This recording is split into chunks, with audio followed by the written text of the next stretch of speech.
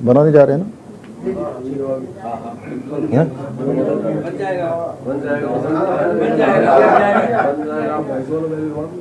वो हमने विभिन्न स्तरों पर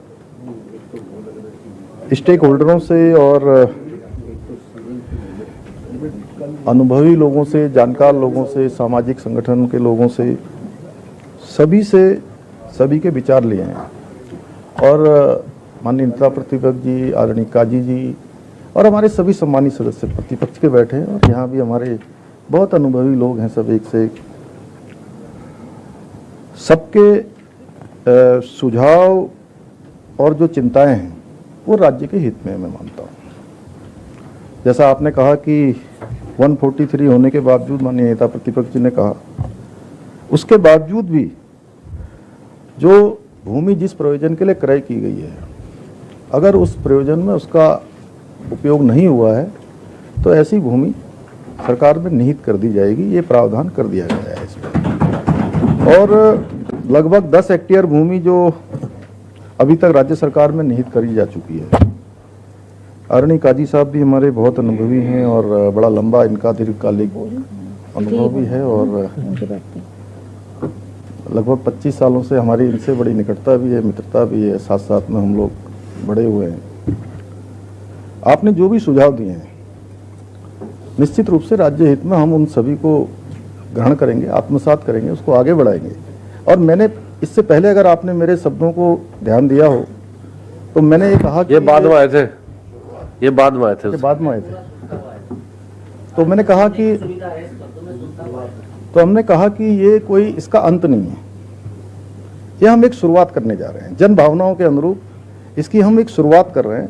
ये एक शुरुआत हो रही है आज, और आगे हम इसमें जैसे जैसे सुझाव आते रहेंगे। पंडित नारायण तिवारी जी कर गए थे माने वक्त। अरे पंडित जी ने, देखे भाई, मैं तिवारी जी तो हम सब के लिए, देखे, वो हमारे सबके जो है प्रेरणा के स्रोत हैं, और उनसे प्रेरणा लेकर हम सब लोग काम करते हैं। उनके द्वारा जो चीज़ें हम लोगों के लिए राज्य के अंदर शुरू की गई थी, चाहे औद्योगिकरण का क्षेत्र हो, निवेश का हो, विकास का हो, उन सभी को आगे बढ़ाने का काम हम सबका है।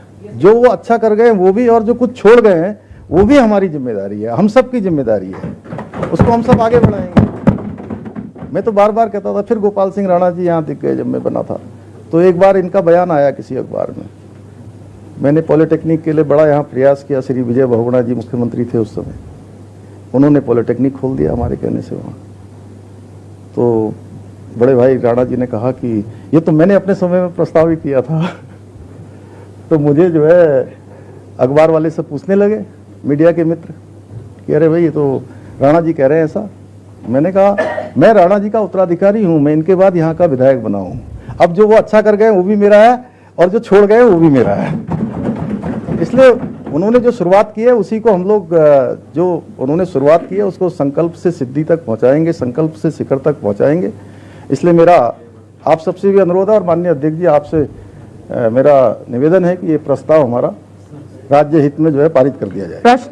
प्रश्न यह है कि उत्तराखंड उत्तर प्रदेश जमींदारी विनाश और भूमि व्यवस्था अधिनियम 1950 हमारा अनुरोध है कि 225 को इस सदन की समिति को के सुपुर्द कर दिया जाए, एक प्रवर समिति के सुपुर्द कर दिया जाए, जो अपना प्रतिवेदन एक माह के अंदर उस सदन में प्रस्तुत करे। जो मान्य सदस्य के पक्ष में कृपया हाँ कहें, जो मान्य सदस्य के विरोध में हो कृपया नहीं कहें।